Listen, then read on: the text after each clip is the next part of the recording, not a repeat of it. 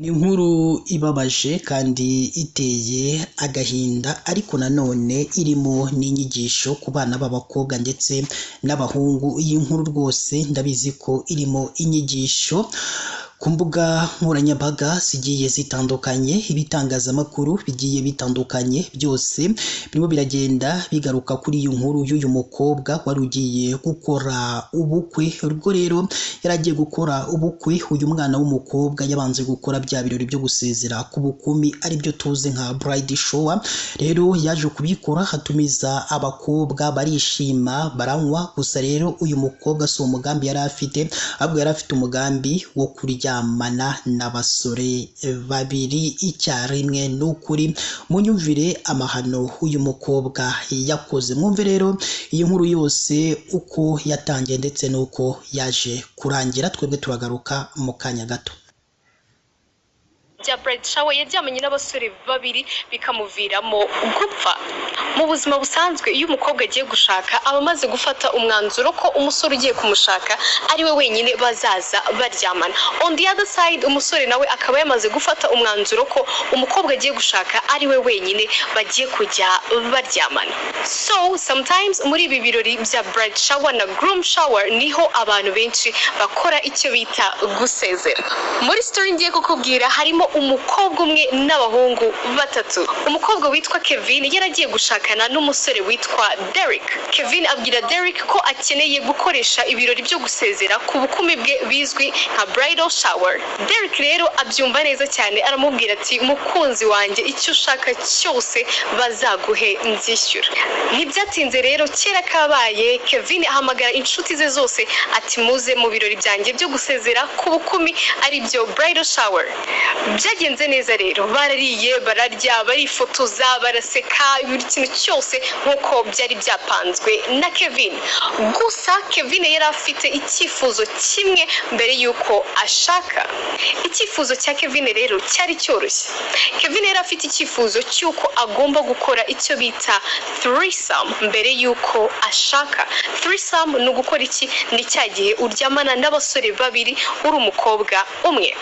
Ako kanya rero muri iyo bride shower, nyuma y'uko bamaze kunywa no gukora ibindi byose, Kevin yahise yigira inama yo guhamagara umusore witwa Olivier wamukundaga yaramushatse gusa yaramubuze. Kevin amaze kumuhamagara yabwiye Olivier icyifuzo cye, amubwira ko ashaka ko baryamana. Olivier nk'umusore washatse umukobwa inshuro nyinshi yarayobewe uburyo azamubona, icyo gitekerezo yahise acyumva vuba. Gusa Kevin yahise yongeraho ko kugira ngo aryamane na Olivier ari uko Olivier agomba kuzana n'indi nshuti ye y'umusore.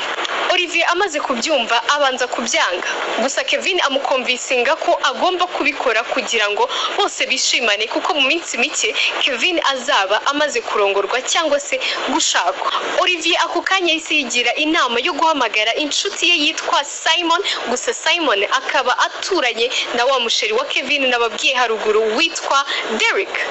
Well, Simon nawe ntabwo yigeze agorana kubera ko ari bwo bwa mbere yari agiye gukora threesome. Yahise avuga ati nta kibazo reka njye kubikora n'ubundi ni yare. So buri musore wese amaze kwemera iyo kondisiyo yari yashyizweho na Kevin ababwira ko bagomba guhurira aho aba apana aho iyo bride shower yari yabereye. Urabizi rero Kigali yacu ni ntoya cyane, ni akabebe cyane. Mu minota mikeya cyane abo basore uko ari babiri bari bamaze kugera aho Kevin aba mu rugo iwe. Bakihagera buri wese yabanje anywamo, ni ukuvuga utuntu tw'uturikeri tw'utubyeri kugira ngo buri wese yiyumvemo ibintu agiye gukora kandi bize kuba ari ibintu of course bidasanzwe. So baranyweye, bamaze kunywa buri wese atangiye kumva ari a little bit tipsy, bahita bajya mu cyumba aho igikorwa cyose cyari giteganyijwe kubera. Ako kanya Kevin yahise akuramo imyenda yose yambara ubusa, mu gihe na Olivier nawe yahise akuramo imyenda yose igikorwa kiba kiratangiye. Ni ukuvuga ngo umusore umwe yinjiraga mu cyumba undi avamo, undi yinjira undi asohoka, gutyo until Kevin yumvishe bidahagije arababwira ati ese mwese mwaje mu cyumba twese tukabikorana. Mbere yuko batangira icyo gikorwa buri wese yari yabanje kunywaho inzoga, mbega bose bameze nkaho basinze. So igikorwa rero kirakomeza kirarimbanywa, gusa nanone Kevin akajya akomeza kubabwira ati mushyiremo imbaraga, ndashaka kubyumva kurushaho, mukomeze until ibyitwaga uburyohe byaje kumera nkaho bibaye ikuzimu mu minota itarenze 20. Ako kanya Kevin yahise ashiramo umwuka. Olivier na Simon bakibibona bahita bakubitwa n'inkuba. Oh my god, ibaze nawe bino bintu bikubayeho. But on the other side, wa mukunzi wa Kevin biteguraga kurushinga yari yahamagaye Kevin inshuro nyinshi zishoboka, gusa Kevin ntabwo yari yabashije kwitaba telefone. So Derek yahise yigira inama yo kujya iwabo wa Kevin. Ako kanya Derek akinjira mu nzu ya Kevin yahise asanga abasore babiri bambaye ubusa buri arebye neza ku gitanda abona umukunzi we Kevin nawe ameze nk'uwashizemo umwuka kandi noneho yambaye ubusa. Aka kanya ushobora kuba uri kwibaza uti ni iki cyakurikiyeho nyuma yuko Derek asanze umukunzi we yambaye ubusa yishizemo umwuka, ndetse agasanga n'abagabo babiri bambaye ubusa harimo n'umuturanyi we bari mu nzu y'umukunzi we. Derek ako kanya yahise agira umujinya, yumva ko abo basore babiri bose baje bagasambanya umukunzi we, bakamunywesha inzoga ndetse kandi bakanamwica.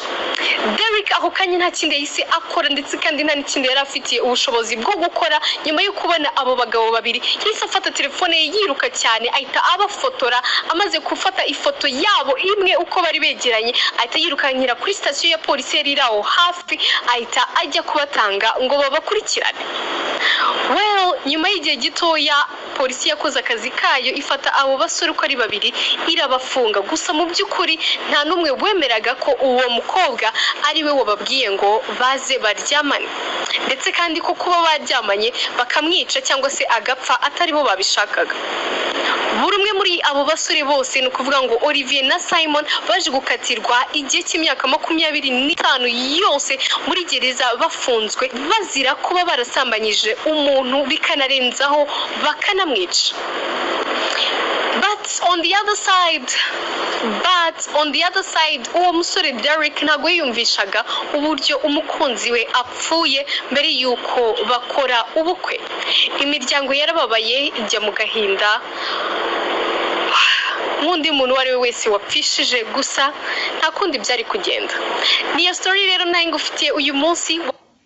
Abantu benshi bakomeje rero kugenda bagaruka kuri iyi nkuru yagiye babaza abagiye batandukanye, bavuga ko rwose uwo mukobwa yakoze amakosa, niba koko yaragiye gushakana n'uwo mugabo kandi yaramukundaga kandi nawe amukunda, niwe bari kuzajya babikora aho gukora ayo makosa nk'ayo ngayo. Hari nk'undi nawe wagize ati nizere ko bino bihaye isomo urubyiruko rw'iki gihe. Murumva ibyabaye kuri uwo mukobwa.